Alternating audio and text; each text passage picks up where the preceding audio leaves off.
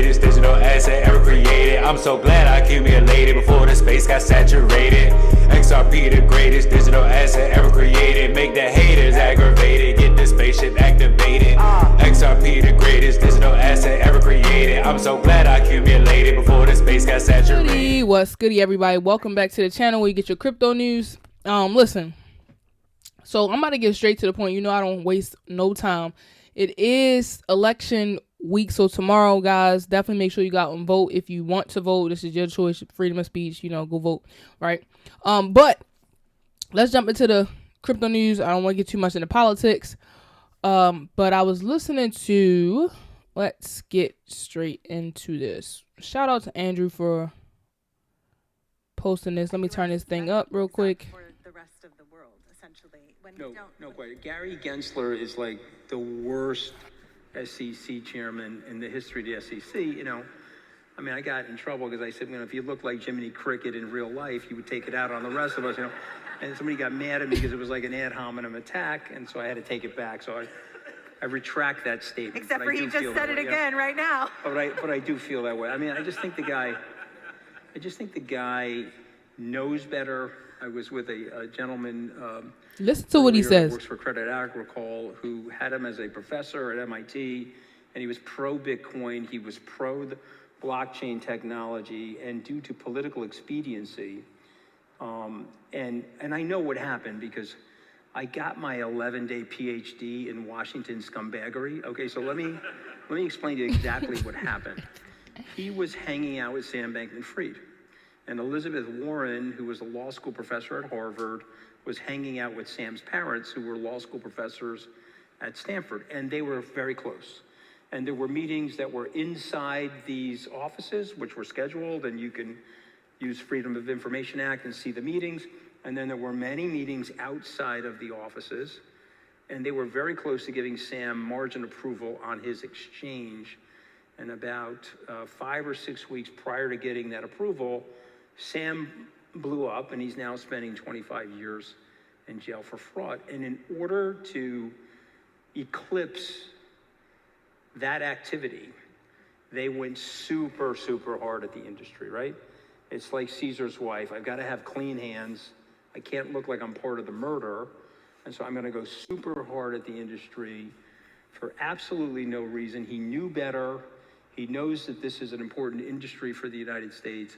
But they did this for their own personal political survival. And I got to tell you, I absolutely hate politicians like that. And all right, so if you guys remember Sam Bankman-Fried, he was a CEO of, FTX. It was going crazy. They had an exchange. They had different fundings. They literally were funding different politics. And Sam Bankman-Fried and Gary Gensler were like buddies. And as you can hear what he just said, yep, it blew up in their face. So he took that and ran. I can honestly believe that. I honestly can believe that.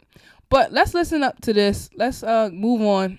It says XRP Army Blockchain Association CEO Christian Smith. Trump is firing Gary Gensler on day one that he said he was coming into office. Explanation of their policy towards crypto. Are you able to do that? Yes. Well, listen, I think, Biz said something interesting in the last interview that people have been very frustrated with the Biden administration's focus on tech, and crypto is very much a part of that. It's one of the reasons why we partnered with HarrisX to launch regulationbyenforcement.com. We need to stop the regulation by enforcement and get a new law into place. With Donald Trump, he has had a remarkable change of heart on crypto from where he was when he was president last time. He's had incredibly clear list of priorities. He's very interested in including people with understanding of crypto in his administration. We know that he's going to fire Gary Gensler on day one. So can I jump in there? Because what you just said is interesting. You are working with the Harris campaign, but you're complimentary of what explanation of their policy towards crypto. All right. Are you able to? So let's move on.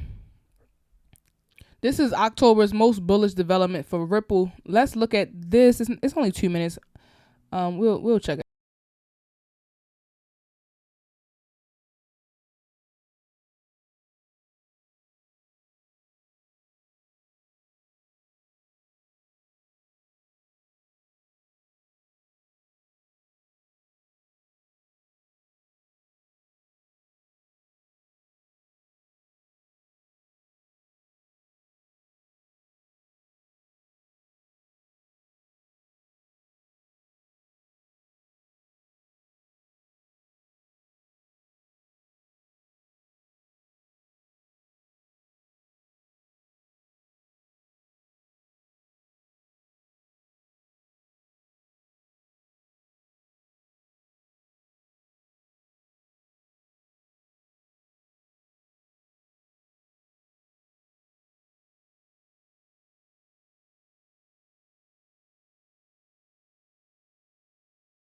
I really hope this music. I'm gonna just stop it there. It's only like 20 seconds left. I just really hope this music doesn't get chimed by YouTube, but definitely this is all the bullish developments throughout of October for Ripple, and it's gonna keep growing, guys. That's just October. All right, so listen to this. If Trump becomes the president again in 2024, it will be the final death blow to the global order. Listen to this. I don't like to get too much in politics, but just listen to it. Let's see what he's talking about. Are you concerned that Trump might be elected again? Sure. I think it's very likely.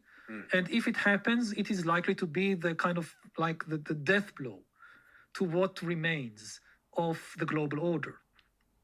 And he says it openly.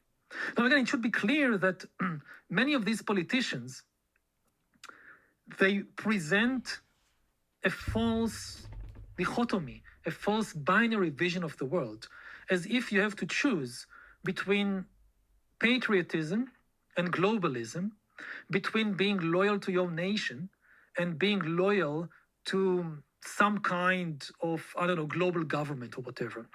Are you concerned that Trump might be elected again? Sure. All right. Listen to Crypto Hawk. Appreciate him for the good news. He always brings out major bombshell crypto. Asian country launches global crypto project, crypto use. Let's look at this. Hey everybody, we got another top secret. This involves Ripple. You're gonna love it. So Singapore is announcing, we're gonna spread this cryptocurrency and tokenization all over the whole world, but we just don't know who to pick. There's 40 different partners. They're acting like they were born yesterday. Well, let me help you here, right? Here's Ripple Singapore right there. There's the wallet address. That's only 2013. Oh, there's Ripple Singapore again. Whoops, don't let anybody see that one. Nobody else has that one except Crypto Hulk. And here we go, Ripple Gateway. Those are the 4 Satoshis that made it, and there's Ripple Singapore. There's proof that there's a partnership. They had back in the day physical commodities, securities, fiat currencies, all that stuff. Woo-hoo, wow. You got SBI Remits involved. That's a Ripple partner right there. And UBS is involved. There's UPS as a Ripple partner back in 2016. Crypto Hulk live stream. Get it. All right, let's get into this geopolitical strategy for the U.S. Ripple and XRP. It says HQ is in the U.S., which is like headquarters. Let me just click on it. U.S.-based company holding 44% of the XRP supply. RLUSD can expand. USD having clarity in the court as non-security. Most follow U.S. sanctions. It says global cross-border payments network. A various financial use case cross in the U.S. I think it was like U.S. country. But pretty much they are mentioning how Russia is tired of sanctions. As Russia plans to do a stablecoin to crypto exchanges to circumvent the sanctions because they tired of getting sanctions by the U.S. So crypto adoption is driving the game theory unfolding not only domestically in the U.S. but also internationally. Russia lawmakers last night approved a new law permitting the use of cryptocurrency for international payments. So basically the saving grace of U.S. is probably faster crypto adoption, particularly embracing USD stable coin. So the last thing I want to leave you guys with is this video right here. I'm not going to show everything. This is like a 25-minute video, but you guys definitely should take a look at it as time progresses. And I'll leave the link in below for you to look at this. But they're talking about BRICS and how Russia, let me see. Russia, India, China, South Africa, all of them are linking up together, talking more about BRICS and how Russia and everybody from this BRICS countries is now like 11 countries that's involved, and they adding more as we go. But they just had like a big BRICS summit that wasn't promoted at all or talked about or displayed or anything. But they talking about more so like the petrodollar and how oil transports in US dollar and how they trying to like stop that whole transaction. So I'm definitely going to leave this in the link below. Take a look at this. Take a look at Coin Bureau, and make sure you guys like, subscribe to the channel. This is a cool video and breaks down a lot of good stuff. I'll see you next time. Peace.